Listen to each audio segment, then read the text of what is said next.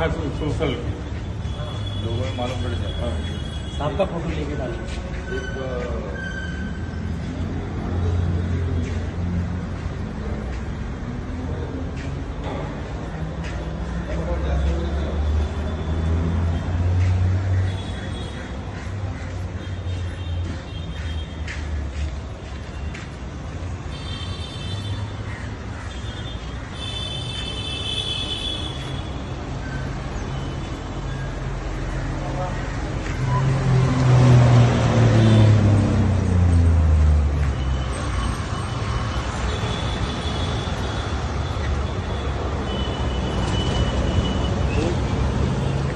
दिवसाच्या मेहनतीनंतर या ठिकाणी रेल्वेने पार्किंग सुरू केलेली आहे।